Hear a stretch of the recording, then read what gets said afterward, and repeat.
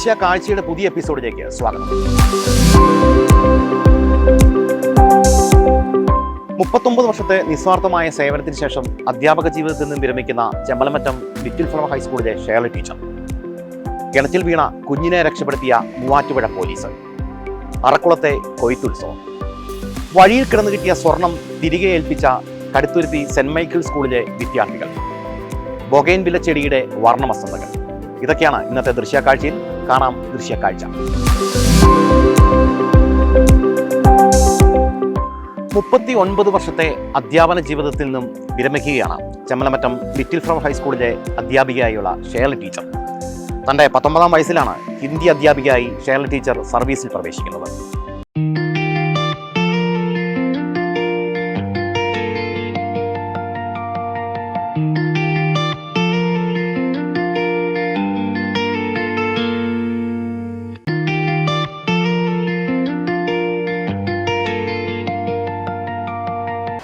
വെറും 19-ാം വയസ്സിൽ അധ്യാപന ജീവിതത്തിൽ പ്രവേശിച്ച് 39 വർഷത്തെ സർവീസുമായി ചെമ്മലമറ്റം ലിറ്റിൽ ഫ്ലവർ ഹൈസ്കൂളിൽ നിന്നും വിരമിക്കുന്ന ഹിന്ദി അധ്യാപികയായിട്ടുള്ള ഷേർലി ടീച്ചറാണ് എന്നോടൊപ്പം ചേരുന്നത്. ടീച്ചറെ നമസ്കാരം.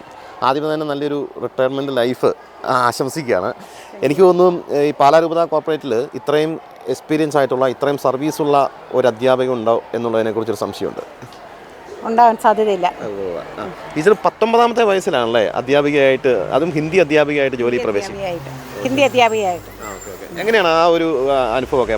അതായത് പഠിക്കുന്ന കാലഘട്ടം തന്നെ അധ്യാപികയാകാനുള്ള ഒരുക്കങ്ങളുണ്ടായിരുന്നു. അതിനുശേഷം പഠനം കഴിയുന്നതോടുകൂടി അധ്യാപികയായി തന്നെ ജോലി പ്രവേശിക്കായിരുന്നു അല്ലേ? 10ാം ക്ലാസ് കഴിഞ്ഞപ്പോഴേ ഞാൻ ഹിന്ദിയുടെ കോഴ്സിനാണ് പോയത്.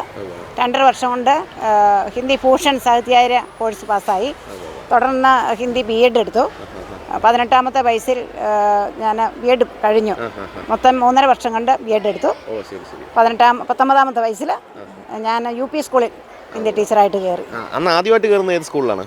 Holy Cross UP school Mattathippara. എൻ്റെ സ്വന്തം വീട് അവിടെ തന്നെയായിരുന്നു. എൻ്റെ സ്വന്തം ഇടവക തന്നെയാണ് ആദ്യമായിട്ട് ജോലി കയറിയത്. പിന്നീട് ഏതൊക്കെ സ്കൂളിലേക്കാണ് മാറുന്നത്? അതിനുശേഷം വലിയമാരമംഗലം സ്കൂളിൽ ഒരു 6 മാസം ജോലി ചെയ്തു. പിന്നീട് കൂട്ടിക്കൽ 5 വർഷം ഉണ്ടായിരുന്നു. ആകെ UP സ്കൂളിൽ 7 വർഷം. പിന്നെ 1996-ലാണ് ചെമ്മലമറ്റം സ്കൂളിലെ ഹൈസ്കൂളിലേക്ക് ഹിന്ദി ടീച്ചറായിട്ട് എത്തുന്നത്. ഇത് 30-ാമത്തെ SLC ബാച്ചാണ് കടന്നു പോകുന്നത്.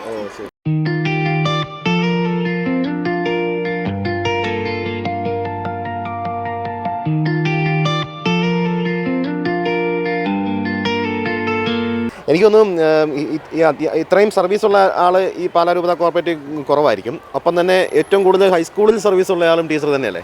ആയിരിക്കും.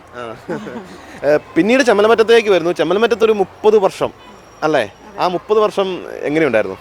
30 വർഷം എന്ന് പറയുന്നത് 30 മാസങ്ങൾ പോലെ വളരെ സന്തോഷത്തോടെ വളരെ സ്പീഡിൽ കടന്നുപോയി.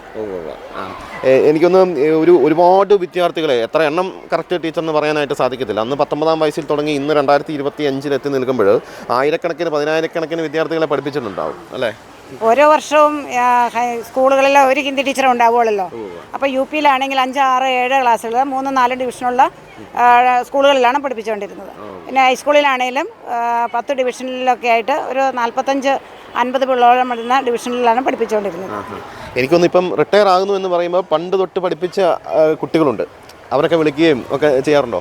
വിളിക്കും, അവർ മെസ്സേജ് അയക്കും. ഇപ്പോൾ ഈ സോഷ്യൽ മീഡിയയിലൊക്കെ അവർ കൂടെ പഠിച്ചുകൊണ്ടായിരിക്കുന്നത്. കൂടെ മെസ്സേജ് അയക്കുകയൊക്കെ ചെയ്യും. എനിക്കൊന്ന് എവിടെ ചെന്നാലും പഠിപ്പിച്ച ഒരു വിദ്യാർത്ഥി ഉണ്ടാവും. എവിടെ ഏത് മേഖലയിൽ ചെന്നാലും ടീച്ചറെ എന്ന് വിളിച്ചുകൊണ്ട് വരാൻ ആളുകളുണ്ട്. ഏതൊരു ചുമ്മാ ഒരു ചെറിയ കടയിലോ വലിയ കടയിലോ എവിടെ ചെന്നാലും ടീച്ചറെ എന്ന് വിളിക്കും.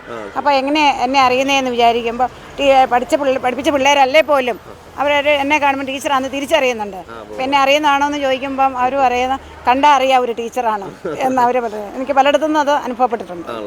അപ്പം നിരവധി ശിഷ്യ സമ്പത്തുകളുണ്ട്. ഒരു എന്താ പറയുക, ഇപ്പോഴും നമ്മൾ ഇത്രയും കാലത്തിൽ എത്തി നിൽക്കുമ്പോൾ ഒരുപാട് പേര് നമ്മുടെ മനസ്സിലൂടെ ഇറങ്ങിപ്പോയിട്ടുണ്ടാകും. അപ്പം ആ ഒരു ഓർമ്മകളൊക്കെ എങ്ങനെയാണ്? ധാരാളം അച്ഛന്മാർ, സിസ്റ്റർമാർ, ഡോക്ടർമാർ, എഞ്ചിനീയർമാർ, അങ്ങനെ വിവിധ ലോകത്തിൻ്റെ വിവിധ ഭാഗങ്ങളിലായിട്ട് പിള്ളേർ ജോലി ചെയ്യുന്നുണ്ട്. ഇടയ്ക്കൊക്കെ അവർ വല്ലപ്പോഴൊക്കെ വരുമ്പോൾ നമ്മളെ കാണാൻ വരാറുണ്ട്, ഇടയ്ക്ക് വിളിക്കും. അങ്ങനെ ഇരിക്കുമ്പോൾ ഒരു ചോദ്യമാണ് ചോദിക്കുകയാണ്, ടീച്ചർ എന്തുകൊണ്ടാണ് ഹിന്ദി തിരഞ്ഞെടുത്തത്? ഞാൻ 10ാം ക്ലാസ് കഴിഞ്ഞപ്പോൾ എനിക്ക് ഏറ്റവും ഇഷ്ടപ്പെട്ട വിഷയം കണക്കായിരുന്നു. അപ്പോൾ കണക്ക് പഠിച്ച് പ്രീ ഡിഗ്രിക്ക് പോകണമെന്ന് ആഗ്രഹിച്ചു. പക്ഷേ എനിക്ക് അന്നേരം ആ വിഷയം കിട്ടിയില്ല, ഫസ്റ്റ് ഗ്രൂപ്പ് കിട്ടിയില്ല. അതുകൊണ്ട് ഞാൻ ഹിന്ദി സെലക്ട് ചെയ്തതാണ്.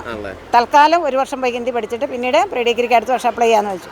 ആ ഹിന്ദിയുടെ കോഴ്സിലേക്ക് പിന്നെ കണ്ടിന്യൂ ചെയ്യുകയായിരുന്നു. പിന്നീട് അത് ജീവിതത്തിൽ ഹിന്ദിയായി മാറി അല്ലേ? ഹിന്ദിയാണ് ജീവിതം. അതെ അതെ അതെ, ഹിന്ദിയാണ് എന്നെ ഇവിടെ വരെ എത്തിച്ചത്. ആ വിഷയം എടുത്തുകൊണ്ട് മാത്രം ഞാൻ ഇപ്പോൾ ഇവിടെ എത്തി നിൽക്കുന്നു. അല്ലാതെ ജോലി കിട്ടുമെന്ന് പോലും എനിക്ക് പ്രതീക്ഷയില്ലായിരുന്നു. എനിക്കൊന്ന് റിട്ടയർമെൻറ്റ് ലൈഫ് എന്നൊക്കെ പറയുമ്പോൾ ഇത്രയും വർഷം 30-37 വർഷത്തെ സർവീസ് കഴിഞ്ഞിട്ട് നാളെ മുതൽ മറ്റൊരു ലോകത്തിലേക്ക് മാറുന്നു എന്ന് തോന്നുമ്പോൾ ഒരു സങ്കടമുണ്ടോ? ഒരു സങ്കടവും ഇല്ല. എൻ്റെ ഹസ്ബൻഡ് റിട്ടയറായി വീട്ടിലുണ്ട്. അപ്പം പുള്ളിയുടെ ഒപ്പം ചേരാൻ വേണ്ടിയുള്ള തിടുക്കത്തിലാണ്. പിന്നെ എനിക്ക് തോന്നുന്നു ഒരു അധ്യാപിക എന്നൊരു അധ്യാപിക തന്നെയാണ്. ഈ പറഞ്ഞ ഇത്രയും നാളത്തെ വിദ്യാർത്ഥികളെ പഠിപ്പിച്ച വിദ്യാർത്ഥികൾ ഉൾപ്പെടെയുള്ളവർ ടീച്ചറെ എന്ന് വിളിച്ച് എവിടെ ചെന്നാലും അടുത്ത് വരുമ്പോൾ സ്കൂളിൽ തന്നെയാണ് എന്നുള്ളൊരു ഓർമ്മ എപ്പോഴും ഉണ്ടാവും. കാരണം ഇനിയിപ്പോൾ ഹിന്ദിക്ക് പുതിയ ടീച്ചേഴ്സിനെ വെക്കാനൊന്നും ആളില്ലാത്തതുകൊണ്ട് റിട്ടയർ ആയവരെ ഇപ്പോൾ വെക്കുന്നുണ്ട്. ചിലപ്പോൾ അറിയത്തില്ല വിളിക്കുമോ എന്ന് ഇനിയും. അങ്ങനെ വിളിച്ചാൽ പോകാൻ ഇഷ്ടമാണോ? വിളിച്ചാൽ പോകാതിരിക്കാൻ പറ്റത്തില്ല. എൻ്റെ മോനും ഹിന്ദി ടീച്ചറാകാനുള്ള പരിശീലനത്തിലാണ്. അതുകൊണ്ട് ചിലപ്പം പോകുമായിരിക്കും. നമ്മൾ എപ്പോഴും പറയും നമ്മുടെ ജീവിതത്തിൽ മറക്കാൻ പറ്റാത്ത അനുഭവങ്ങൾ, അല്ലെങ്കിൽ എന്താ പറയുന്നത്, ഓർത്തെടുക്കുമ്പോൾ പെട്ടെന്ന് വരുന്ന ഒരു അനുഭവങ്ങൾ, ഇത്രയും കാലങ്ങൾക്കിടയിൽ അങ്ങനെയുള്ള അനുഭവങ്ങൾ ധാരാളം ഉണ്ടായിട്ടുണ്ടാവും. അങ്ങനെ ചോദിച്ചു കഴിഞ്ഞാൽ എന്തെങ്കിലും പെട്ടെന്ന് പറയാൻ പറ്റുമോ? പെട്ടെന്ന് എൻ്റെ ഓർമ്മയിലൊന്നും പ്രത്യേകിച്ചൊന്നും വരുന്നില്ല. ഓരോ ദിവസം ഓരോ അനുഭവങ്ങളായി മാറ്റിക്കൊണ്ടിരിക്കുകയാണ്. ഇത്രയും കുട്ടികളെ പഠിപ്പിച്ചപ്പോൾ തന്നെ അല്ലേ, അതൊരു വലിയ അനുഭവമായിരുന്നു. ഇനിയിപ്പം എന്താ പറയുക, ടീച്ചറായിട്ട് ഇവിടുന്ന് റിട്ടയർ ചെയ്ത് പോവുകയാണ്. ഇത്രയും നാളും കൂടെ പ്രവർത്തിച്ച സഹപ്രവർത്തകരുണ്ടായിരുന്നു. അവർ നൽകിയ പ്രോത്സാഹനങ്ങൾ, അവർക്കൊപ്പമുള്ള ഒരു ലൈഫ് എങ്ങനെയായിരുന്നു? അവർ നല്ല സപ്പോർട്ടുണ്ടായിരുന്നു. ഏത് സന്തോഷത്തിലും സങ്കടത്തിലും പ്രോത്സാഹനവും ആശ്വാസമായിട്ട് എപ്പോഴും അവരെൻ്റെ കൂടെ ഉണ്ടായിരുന്നു. ചെമ്മലമറ്റം ലിറ്റിൽ ഫ്ലവർ ഹൈസ്കൂളിനെ സംബന്ധിച്ചിടത്തോളം ഏറ്റവും പ്രശസ്തമായൊരു സ്കൂളാണ്. ആയിരക്കണക്കിന് വിദ്യാർത്ഥികൾ പഠിക്കുന്ന സ്കൂളാണ്. ഈ 30 കൊല്ലവും ചെമ്മലമറ്റത്തിൻ്റെ മണ്ണിലായിരുന്നു. ശരിക്കും ഒരു ചെമ്മലമറ്റംകാരിയെ പോലെ തന്നെ ആയിട്ടില്ലേ? ഇത് എൻ്റെ നാട് ചെമ്മലമറ്റം എന്ന് പറയാം. അത്രയും അടുപ്പം ബന്ധവും എനിക്കുണ്ട്. എന്നാൽ പഴയ സ്കൂളിലെ ആണ് ഇപ്പം ബന്ധങ്ങൾ കുറഞ്ഞു വരുന്നത്. അപ്പം ഏതായാലും ഈ 30 വർഷത്തെ ജീവിതം, അല്ലെങ്കിൽ 30 വർഷത്തെ ചെമ്മലമറ്റത്തെ ജീവിതം എന്ന് പറയുന്ന വലിയ അനുഭവങ്ങളാണ് ടീച്ചറിന് നൽകിയത്. ഒപ്പം തന്നെ ടീച്ചർ പഠിപ്പിച്ചു വിട്ട നിരവധി ആളുകൾ പല മേഖലകളിൽ മികവ് തെളിയിച്ചിട്ടും ഉണ്ട് എന്നുള്ളതിൽ അറിയുന്നതിലൊക്കെ വളരെയധികം സന്തോഷമാണ്. ഏതായാലും ഈ 39 വർഷക്കാലത്തെ സർവീസ്, അതായത് പാലാരൂപത കോർപ്പറേറ്റ് ഏജൻസിയിലെ ഏറ്റവും സർവീസുള്ള അധ്യാപക കൂടിയാണ് ടീച്ചർ. അപ്പം റിട്ടയർമെൻറ്റിലേക്ക് കടക്കുകയാണ്. ടീച്ചറിൻ്റെ സഹപ്രവർത്തകരായിട്ടുള്ള ചെമ്മലമറ്റം ലിറ്റിൽ ഫ്ലവർ സ്കൂളിലെ അധ്യാപകർ ഇവിടെ എത്തിയിട്ടുണ്ട്. അപ്പോൾ തന്നെ ഹെഡ് മാസ്റ്റർ നമ്മുടെ ജോബറ്റ് സാറേ ഒരു വലിയൊരു നഷ്ടമാണ് ചെമ്മലമറ്റം സ്കൂളിനെ സംബന്ധിച്ചും ടീച്ചറിൻ്റെ റിട്ടയർമെൻറ്റിനെ സംബന്ധിച്ച് തീർച്ചയായിട്ടും വലിയൊരു നഷ്ടമാണ്. കാരണം 30 വർഷമായിട്ട് ഈ സ്കൂളിനെ അറിയുന്നു, വിദ്യാർത്ഥികളെ അറിയുന്നു, നാടറിയുന്നു, എല്ലാ പേരൻസിനെ അറിയുന്നു. ടീച്ചറിനെ സംബന്ധിച്ച് ടീച്ചർ പഠിപ്പിച്ച ടീച്ചറിൻ്റെ ശിഷ്യന്മാരുടെ കുട്ടികളാണ് ഇപ്പോൾ പഠിപ്പിക്കുന്ന മിക്കവാറും കുട്ടികളൊക്കെ. അപ്പോൾ എന്ത് കാര്യം ഉണ്ടെങ്കിലും ടീച്ചറിനോട് ചോദിച്ചാൽ മതി. ഇവിടെ അവരുടെ ഹിസ്റ്ററി സഹിതം ബാക്കിയെല്ലാം ടീച്ചറിന് അറിയാമായിരുന്നു. അങ്ങനെ കുട്ടികൾക്ക്, രക്ഷിതാക്കൾക്ക്, അതിലുപരി ഞങ്ങൾ സഹപ്രവർത്തകർക്കെല്ലാം ഏറെ പ്രിയങ്കരിയായിരുന്നു ടീച്ചർ. സ്കൂളിലെ ഏത് ആഘോഷം വന്നാലും ടീച്ചറാണ് അതിൻ്റെ മുഖ്യ നടത്തിപ്പുകാരി. ഏത് ഉത്തരവാദിത്വമാണെങ്കിലും ഞങ്ങൾ സ്വയം ഏറ്റെടുത്ത് അതെൻ്റെ തനിമയോട് അതിൻ്റെ കറക്റ്റ് പെർഫെക്ഷനിൽ ചെയ്യാനുള്ളൊരു പ്രത്യേക വശം ടീച്ചറിനുണ്ടായിരുന്നു. പിന്നെ ശാസ്ത്രമേള എന്നൊക്കെ പറഞ്ഞത് ടീച്ചറിൻ്റെ ഒരു കുത്തകയായിരുന്നു എനിക്ക് ചിലപ്പോൾ തോന്നിയിട്ടുണ്ട്. എൻ്റെ വർക്ക് എക്സ്പീരിയൻസ് എന്നൊക്കെ പറഞ്ഞാൽ അതിനകത്തൊരു 10-20 മത്സരമുണ്ട്. അത് മുഴുവൻ ടീച്ചറിനറിയാം. അതൊക്കെ പിള്ളേരെ പഠിപ്പിച്ച് അങ്ങ് ഒരുക്കി കൊണ്ടുപോയി അതിൻ്റെ ഓവറോൾ കിരീടമൊക്കെ മേടിച്ചുകൊണ്ട് ടീച്ചർ ഇങ്ങ് വരുള്ളൂ. അങ്ങനെ പിന്നെ ഹിന്ദി പഠിപ്പിക്കുന്ന കാര്യം പറയേണ്ട കാര്യമില്ലല്ലോ. അതുകൊണ്ടാണ് ടീച്ചർ 30 വർഷവും ഇവിടെ തന്നെ ഏവർക്കും പ്രിയങ്കരിയായിട്ട് പിള്ളേർക്കും എല്ലാം പ്രിയപ്പെട്ട ടീച്ചറായിട്ട് പഠിപ്പിക്കാൻ പറ്റില്ല. ഞാൻ ടീച്ചറിൻ്റെ ഹിന്ദി പഠിപ്പിച്ച് കഴിഞ്ഞാൽ പേരൻസൊക്കെ പറയും ടീച്ചറിനെ മാറ്റരുത്. അതുകൊണ്ട് ഈ കഴിഞ്ഞ വർഷങ്ങളിലെല്ലാം ടീച്ചർ തന്നെ ആയിരുന്നു 10ാം ക്ലാസ്സിനെ ഹിന്ദി പഠിപ്പിച്ചുകൊണ്ടിരുന്നത്. വേറെ ഒരു ചോയ്സ് ഇല്ലാത്ത രീതിയിലായിരുന്നു ടീച്ചറിൻ്റെ ഇവിടുത്തെ ഒരു ടീച്ചർ എന്നുള്ള രീതിയിലുള്ള വ്യക്തിത്വം. അതെല്ലാ കാലത്തും വിലമതിക്കുന്നതാണ്. ടീച്ചർ 30 വർഷം ഈ സ്കൂളിൽ തന്നെ പഠിപ്പിക്കാൻ കാണിച്ചൊരു വലിയ മനസ്സുണ്ട്. ടീച്ചർ കുട്ടികൾ വീടുള്ള ആളാണ്. അവിടെ തന്നെ മാനേജ്മെൻറ്റിന് സ്കൂളുണ്ട്. അവിടൊന്നും പോകാതെ അതിനെല്ലാമുള്ള നന്ദിയും കടപ്പാടും ഞാൻ ടീച്ചറിനോട് അറിയിക്കുകയാണ്. Thank you. അപ്പം മറ്റ് അധ്യാപകരുമുണ്ട്. നമുക്ക് ടീച്ചറിൻ്റെ ഇത്രയും നാളും കൂടെ ഉണ്ടായിരുന്നു. ഇനി ടീച്ചർ മറ്റൊരു ജീവിതത്തിലേക്ക്, അതായത് റിട്ടയർമെൻറ്റ് ലൈഫിലേക്ക് പോവുകയാണ്. എങ്ങനെയുണ്ട് ടീച്ചറുമായിട്ടുള്ള ഒരു സഹപ്രവർത്തനമൊക്കെ? ഞാൻ ഈ സ്കൂളിൽ വന്നിട്ട് 8 വർഷമായി. 8 വർഷമായി ടീച്ചറിൻ്റെ തൊട്ടടുത്ത് തന്നെയാണ് ഇരിക്കുന്നത്. സീറ്റ് ഞങ്ങൾ രണ്ടുപേരും ഒരുപോലെയാണ്. അന്ന് തൊട്ട് ഇന്ന് വരെ ഒരു പ്രത്യേക ഒരു മാനസിക അടുപ്പമാണ്. അപ്പോൾ ടീച്ചർ റിട്ടയർ ചെയ്ത് സ്കൂളിൽ നിന്ന് പോകുമ്പോൾ ഞങ്ങൾക്ക് തികച്ചൊരു നഷ്ടമാണ്. ഹിന്ദി പഠിപ്പിക്കുന്നതിനോടൊപ്പം തന്നെ സാറ് പറഞ്ഞതുപോലെ പാഠ്യേതര പ്രവർത്തനങ്ങളിൽ ടീച്ചർ ഏറെ എല്ലാ കാര്യത്തിലും വളരെ വ്യത്യസ്തതയോടെ ചെയ്യുന്ന ആളാണ്. കുട്ടികൾക്കേറെ പ്രിയങ്കരിയാണ്. അതുപോലെ പൂർവ്വ വിദ്യാർത്ഥികൾ ടീച്ചറിനെ കാണാനായിട്ട് മിക്കപ്പോഴും വരാറുണ്ട്. വിവിധ പൊസിഷനിൽ ജോലി ചെയ്യുന്ന ധാരാളം കുട്ടികളുണ്ട്. അപ്പോൾ അവർ തന്നെ അച്ഛന്മാരും സിസ്റ്റേഴ്സും അങ്ങനെ ഒത്തിരി പേര് പുത്തൻ കുർബാന അങ്ങനെ ഓരോ കല്യാണങ്ങളിലൊക്കെ ടീച്ചറിനെ ക്ഷണിക്കാൻ വേണ്ടി ഒത്തിരി ആളുകൾ വരുന്നുണ്ട്. അപ്പോൾ ടീച്ചറിൽ നിന്ന് കിട്ടിയൊരു നല്ല പാഠങ്ങളാണ് കുട്ടികളെ വീണ്ടും ഇങ്ങോട്ട് ആകർഷിക്കുന്നത്. ഞങ്ങൾക്ക് സ്കൂളിന് തികച്ചും നഷ്ടമാണ്. സാറ് പറഞ്ഞതുപോലെ തന്നെ ശാസ്ത്രമേള, അതുപോലെ കലോത്സവങ്ങൾ, അതുപോലെ ടൂറുമായിട്ട് ബന്ധപ്പെട്ട കാര്യങ്ങൾ, അങ്ങനെ സ്കൂളിലെ എല്ലാ പ്രവർത്തനങ്ങളിലും ടീച്ചർ ഏറെ സഹായമാണ് ഞങ്ങൾക്ക്. ടീച്ചർ പോകുന്നത് ഞങ്ങൾക്ക് തീരാ നഷ്ടം തന്നെയാണ്. എങ്ങനെയുണ്ട് ടീച്ചറുമായിട്ടുള്ള ഒരു എക്സ്പീരിയൻസ് അല്ലേ? ഇത്രയും കൊല്ലം ആയിട്ട് ഇവിടെ വന്നിട്ട് എത്ര നാളെ ടീച്ചർ? ഞാൻ 9 വർഷമായി. അല്ലേ? ഈ 9 കൊല്ലം ടീച്ചർക്കൊപ്പം ഉണ്ടായിരുന്നു? ഉണ്ടായിരുന്നു.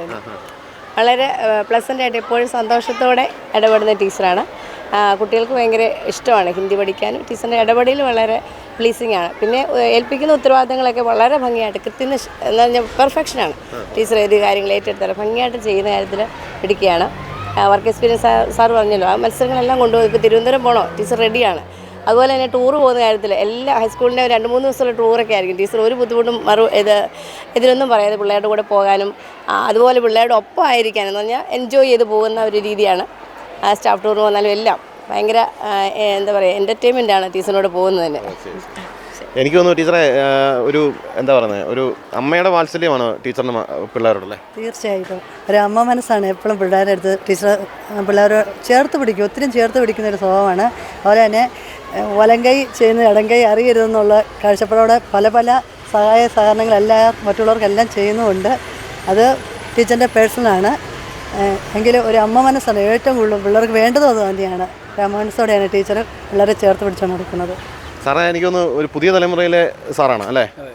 എന്ത് തോന്നുന്നു നമ്മുടെ ഷാരി ടീച്ചറിനെ കുറിച്ച് പറയുമ്പോൾ? എത്ര നാളായി ഇവിടെ? ഞാൻ വളരെ കുറച്ച് നാളായതേ ഉള്ളൂ, 5 മാസമായിട്ടേ ഉള്ളൂ. ഈ കുറച്ച് നാളുകൊണ്ട് തന്നെ ടീച്ചറുമായിട്ട് നല്ലൊരു സൗഹൃദം ഉണ്ടാക്കാനും നമുക്ക് എല്ലാ കാര്യങ്ങളിലും നല്ല രീതിയിലൊരു വഴികാട്ടിയാവാനും ടീച്ചറിന് സാധിച്ചിട്ടുണ്ട്. ഇത് വലിയ നഷ്ടം തന്നെയാണ് ടീച്ചറിൻ്റെ റിട്ടയർമെൻറ്റ്.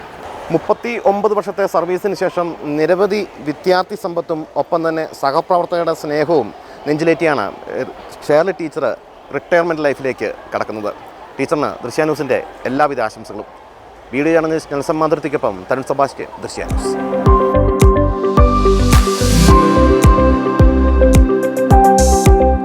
കിണറ്റിൽ വീണ കുഞ്ഞിനെ രക്ഷപ്പെടുത്തിയ മൂവാറ്റുപുഴ പോലീസ് ഇൻസ്പെക്ടർ പ്രേം ഉണ്ണിയും കൂട്ടുകാരും. 4 വയസ്സുകാരൻ മുഹമ്മദ് സായാനെയാണ് മൂവാറ്റുപുഴ പോലീസ് കിണറ്റിൽ നിന്നും രക്ഷപ്പെടുത്തിയത്. കളിച്ചുകൊണ്ടിരിക്കെ കിണറ്റിൽ അകപ്പെടുകയായിരുന്നു മുഹമ്മദ് സായാൻ.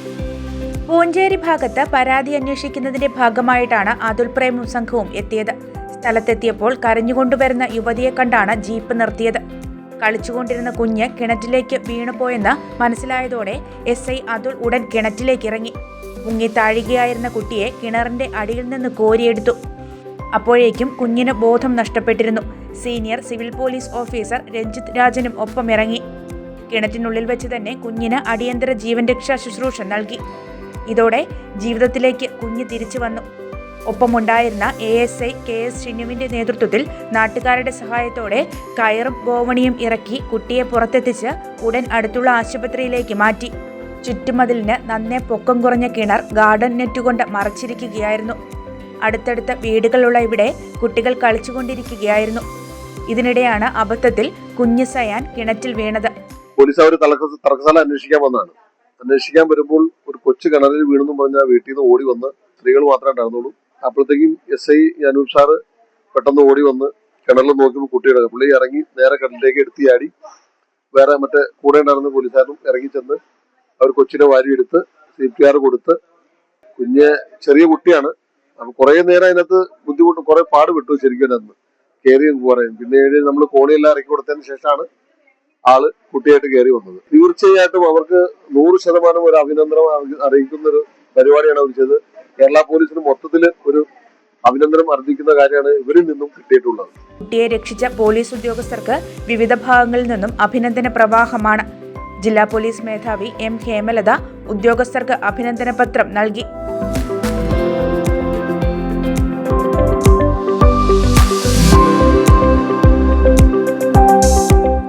കൊയ്ത്തുത്സവം ആഘോഷമാക്കുകയാണ് അറക്കുളത്തെ കർഷകർ. പലരും നെൽകൃഷിയൊക്കെ ഉപേക്ഷിക്കുന്ന സാഹചര്യത്തിലാണ് അറക്കുളംകാർ ഈ കൊയ്ത്തുത്സവം വലിയൊരു ആഘോഷമാക്കി മാറ്റി.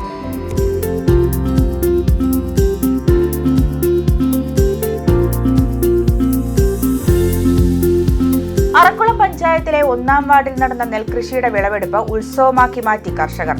നെൽകൃഷി നഷ്ടമാകുന്നതിനാൽ പലരും നെൽകൃഷി നിർത്തുന്ന സാഹചര്യത്തിലാണ് അറക്കുളത്ത് മയിലാടൂർ ജോമോൻ വ്യത്യസ്തനാകുന്നത്. 1/2 ഏക്കർ സ്ഥലത്താണ് ജോമോൻ കൃഷി ചെയ്തത്. അറക്കുളം പഞ്ചായത്തിൽ ഇപ്പോൾ 1.5 ഹെക്ടർ സ്ഥലത്താണ് നെൽകൃഷിയുള്ളത്.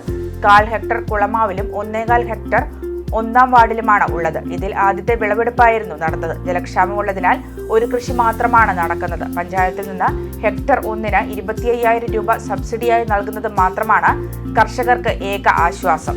1.5 ഹെക്ടർ കണ്ടത്തിൽ ഇടവിളയായി കൃഷി ചെയ്യുവാൻ കൃഷിവകുപ്പിൽ നിന്നും പയർവിത്തുകൾ സൗജന്യമായി നൽകുന്നുണ്ട്. അറക്കുളത്തെ മറ്റ് കർഷകരുടെ പാടവും വിളവെടുപ്പിന് തയ്യാറായി വരുന്നുണ്ട്.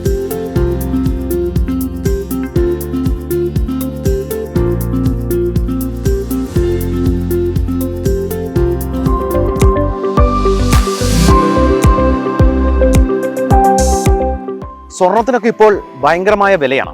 അപ്പോൾ കുറച്ച് സ്വർണം വഴിയിൽ കിടന്ന് കിട്ടിയാൽ എന്ത് ചെയ്യും? എന്നാൽ കടുത്തുരുത്തി സെന്റ് മൈക്കിൾ സ്കൂളിലെ വിദ്യാർത്ഥികൾക്ക് വഴിയിൽ കിടന്ന് കിട്ടിയ 1,00,000 രൂപ മുകളിൽ വില വരുന്ന സ്വർണ്ണമോതിരം ആ കുട്ടികൾ തങ്ങളുടെ സ്കൂൾ മാനേജറെ ഏൽപ്പിക്കുകയായിരുന്നു. വലിയൊരു മാതൃകയാണ് ഈ കുട്ടികൾ നമുക്ക് മുമ്പിൽ കാണിച്ചത്. ക്ലാസ് കഴിഞ്ഞ് സ്കൂളിൽ നിന്നും കടുത്തുരുത്തി ബസ് സ്റ്റോപ്പിലേക്ക് പോകുന്ന വഴിയിൽ കിടന്നു കിട്ടിയ 1,00,000 മുകളിൽ വില വരുന്ന സ്വർണ്ണമോതിരം സ്കൂൾ മാനേജറെ ഏൽപ്പിച്ച് നാടിന് അഭിമാനമായി. കടുത്തുരുത്തി സെന്റ് മൈക്കിൾസ് സ്കൂളിലെ ശ്രേയ, എലിസബത്ത്, ആഞ്ചലീന, സ്നേഹ എന്നിവരാണ് പവന് 1,00,000 രൂപ വില വരുന്ന ഈ സാഹചര്യത്തിൽ ഒത്തൊരുമയോടെ ക്ലാസ് ടീച്ചറോട് വിളിച്ചു പറഞ്ഞത്. മാനേജർ അച്ഛനെ വിളിച്ചു കൊടുക്കുവാൻ നിർദ്ദേശിച്ചതനുസരിച്ച് സ്കൂളിൽ ഏൽപ്പിച്ചതാണെന്ന് പ്രിൻസിപ്പൽ സീമ സൈമൺ പറഞ്ഞു. സ്വർണ്ണമോതിരം കളഞ്ഞുപോയവർ തെളിവ് സഹിതം എത്തിയാൽ കൊടുക്കുമെന്ന് സ്കൂൾ മാനേജർ ഫാദർ ജോൺസൺ നീലനിരപ്പേൽ പറഞ്ഞു. ഈ 4 കുട്ടികളെയും സ്കൂളിൽ പ്രത്യേക യോഗത്തിൽ ആദരിച്ചു.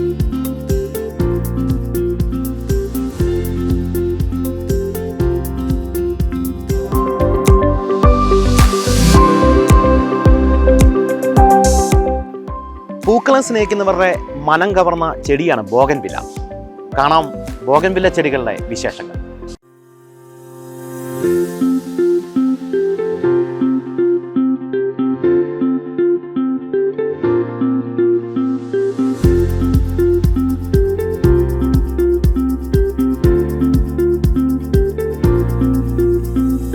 ചുവപ്പും വെള്ളയും നിറത്തിലുള്ള നാടൻ ഇനങ്ങളെ കൂടാതെ വിവിധ വർണ്ണത്തിലുള്ള സങ്കര ഇനങ്ങളും ധാരാളമുണ്ട്. കുറ്റിച്ചെടിയായി നിലത്തും ചട്ടിയിലും വളർത്താം. മതിലിലും മറ്റും വള്ളിയായി കയറ്റിവിടാം. ബോഗൻവില്ലയ്ക്ക് പ്രത്യേകതകൾ ഒരുപാടുണ്ട്. പുഷ്പസ്നേഹികളുടെ ഹൃദയം കവർന്ന തെക്കേ അമേരിക്കൻ സുന്ദരിയാണ് ബോഗൻവില്ല. കടുത്ത വേനലിൽ പോലും സമൃദ്ധമായി പൂവിടുന്ന ഈ വിശ്വമോഹിനിയുടെ കൊഴിയാൻ മടി കാണിക്കുന്ന പൂക്കൾ പേപ്പർ മടക്കി രൂപപ്പെടുത്തുന്ന പൂക്കൾക്ക് സമാനമായതുകൊണ്ടാകാം ബോഗൻവില്ലയെ കടലാസ് പൂച്ചെടിയെന്നും വിളിക്കുന്നത്. വെയിലിന്റെ ചൂട് കൂടിയതോടെ നാട്ടിൻ പ്രദേശങ്ങളിലും ടൗൺ പ്രദേശങ്ങളിലും വിവിധ വർണ്ണങ്ങളിലുള്ള ബോഗൻവില്ലകൾ വശ്യമനോഹരിയായി പൂത്തിളഞ്ഞു നിൽക്കുകയാണ്.